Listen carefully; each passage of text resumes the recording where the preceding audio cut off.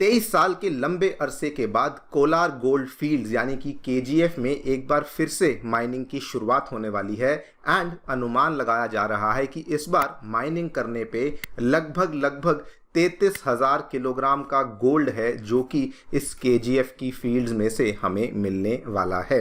नमस्कार दोस्तों, स्वागत है आप सभी का पाथफाइंडर पर। In a very major development, recently केंद्र सरकार के द्वारा एक प्रपोजल पेश किया गया था कर्नाटका गवर्नमेंट को कि हम कोलार गोल्ड फील्ड्स में गोल्ड माइनिंग को एक बार फिर से दोबारा से शुरू करना चाहते हैं। आप लोग यहाँ पे देख सकते हैं, ये खबर कल यानी कि 21 जून को ही सामने आई है एंड इमीडिएटली उसके कुछ ही दिनों के बाद कर्नाटका सरकार के द्वारा केंद्र के उस प्रस्ताव को एक्सेप्ट कर लिया गया है और अब दोनों के ही द्वारा केजीएफ में गोल्ड माइनिंग को लेकर हरी झंडी दे दी गई है। बात करेंगे इस पूरी डेवलपमेंट के बारे में, केजीएफ के इतिहास के बारे में भी ब्रीफली चर्चा करी जाएगी कि आखिरकार वहां पे माइनिंग बंद क्यों करी गई थी और ये जो यहाँ पर हमें डेवलपमेंट देखने को मिली है इससे हमें क्या क्या फायदा देखने को मिलेगा, इसके बारे में चर्चा भी करी जाएगी। आइए शुरू करते हैं दोस्तों मेरे साथ। मेरा नाम है अनिरुद्ध। यदि आप लोग हमें फॉलो करना चाहते हैं, हमारे लेक्चर्स के अपडेट्स को प्राप्त करना चाहते हैं तो यहाँ पर दिए गए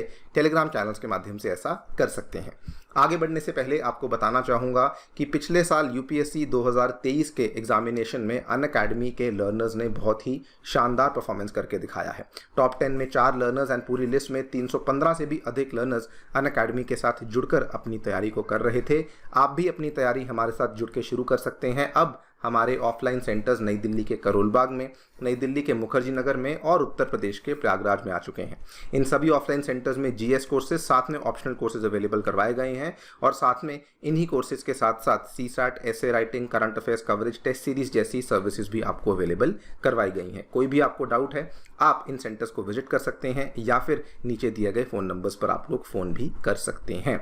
ऑल राइट, सबसे पहले आपको कोलार गोल्ड फील्ड्स के बारे में ब्रीफली थोड़ा बता दूं। कोलार गोल्ड फील्ड्स जैसा कि इसका नाम है, कर्नाटका में आपको, दक्षिण कर्नाटका में इनफैक्ट आपको एक कोलार जिला देखने को मिलता है जहां पर ये माइनिंग रीजन हमें देखने को मिलता है और ये ऐतिहासिक तौर पे गोल्ड माइंस के लिए बहुत ही फेमस माना जाता है और यहाँ की जो गोल्ड माइंस हैं these were among the deepest in the world. In fact अगर मैं एग्जैक्ट फैक्चुअली बात करूं तो कहा जाता है कि दुनिया में ये सेकेंड डीपेस्ट गोल्ड माइंस मानी जाती हैं। इन्हीं गोल्ड माइंस में आज से लगभग 140 साल पहले 1880 की बात है तो माइनिंग को यहाँ पे शुरू किया गया था। माइनिंग शुरू करने वाले जो यहाँ पे कंपनी थी that was John Taylor and Sons के द्वारा माइनिंग की शुरुआत करी गई थी। ये माइनिंग चलती रही ऑलमोस्ट ये मान लीजिए 121 सालों तक यहाँ पे माइनिंग को कंटिन्यूसली चलाया गया था और आंकड़ों की बात करें, बताया जाता है कि इसमें से ऑलमोस्ट 800 टन से भी ज़्यादा का सोना हमें इन कोलार गोल्ड फील्ड्स में से माइनिंग के रूप में निकलता हुआ देखने को मिला था। लेकिन क्या हुआ, 2001 में 121 सालों के बाद 2001 में इन माइंस को सडनली बंद करना पड़ा। क्यों? क्योंकि माइंस में, जैसा कि मैंने बताया, बहुत ही गहरी माइंस हैं। इनकी जो गहराई है ये ऑलमोस्ट 3000 मीटर्स की है। तो क्योंकि गहराई बहुत ज़्यादा थी, यहाँ पे माइनिंग करने के लिए बहुत ज़्यादा खर्चा आ रहा था। ऑपरेशनल कॉस्ट बहुत ज़्यादा थे और रेवेन्यूज़ उतने ज़्यादा देखने को नहीं मिलते थे और इसीलिए फरवरी 28, 2001 को इन माइंस को एक बार के लिए बंद कर दिया गया था। उसके बाद जो हमारी गवर्नमेंट है आफ्टर द इंडिपेंडेंस, इन्होंने 2-3 बार प्रयास किया कि हम किसी तरीके से केजीएफ की माइंस को रिवाइव कर सकें। 2013 में सुप्रीम कोर्ट ने बल्कि केंद्र सरकार को एक ऑर्डर दिया।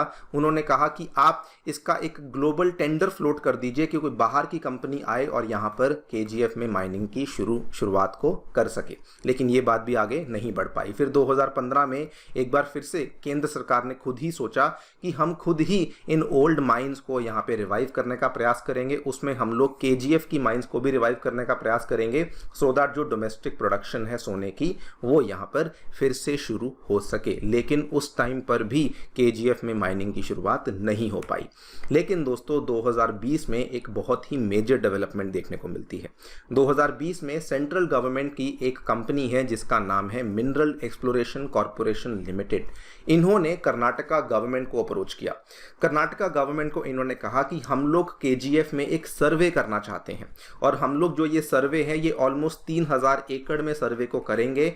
अगर हमें यहाँ पर किसी प्रकार के भी मिनरल्स मिले, और हो सकता है कि वो गोल्ड हो सकता है कि वो कोई और मिनरल हो, अगर हमें यहाँ पे किसी प्रकार का भी मिनरल मिला, उस केस में हम लोग जो है यहाँ पर माइनिंग की शुरुआत करेंगे। अगर यहाँ पर किसी प्रकार का मिनरल नहीं मिलता है, उस केस में हम लोग इस पूरी लैंड को, ये वाली लैंड को हम लोग कर्नाटका गवर्नमेंट को ट्रांसफर कर देंगे, सो दैट कर्नाटका गवर्नमेंट यहाँ पर एक बहुत ही बड़ा इंडस्ट्रियल पार्क है उसको एस्टैब्लिश कर सके।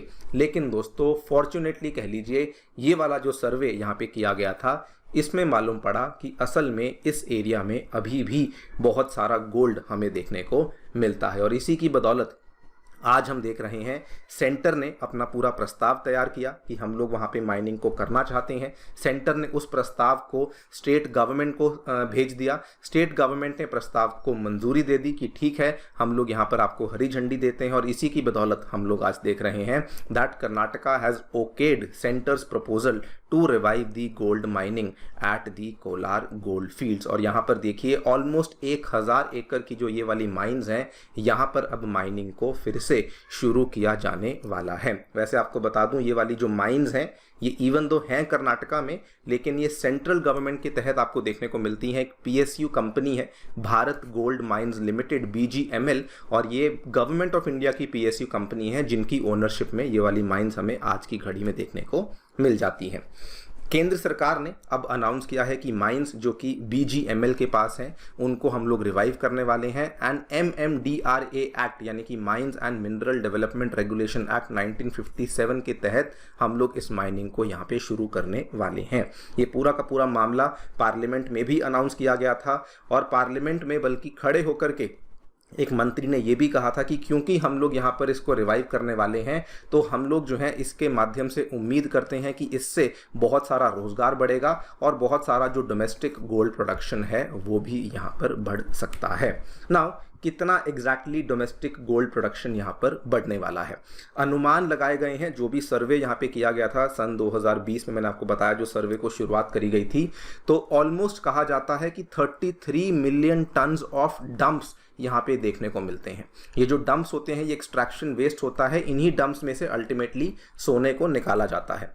और अनुमान लगाया जाता है कि 1 टन में आपको अप्रॉक्सीमेटली 1 ग्राम ऑफ गोल्ड देखने को मिलेगा। तो यानी कि अगर 33 मिलियन टन है तो यानी कि 33 मिलियन ग्राम के आसपास आपको सोना देखने को मिलेगा, यानी कि अप्रॉक्सीमेटली 33,000 किलोग्राम गोल्ड आपको यहाँ पर देखने को मिलने वाला है जब यहाँ पे पूरी एक्सट्रैक्शन हो जाएगी। तो इतना पोटेंशियल है जो कि इन KGF माइंस का बताया जा रहा है ना। इसका फ़ायदा क्या होगा? फ़ायदा ये होगा कि देखिए इंडिया की डोमेस्टिक गोल्ड प्रोडक्शन आप सभी जानते हैं बहुत ही कम है।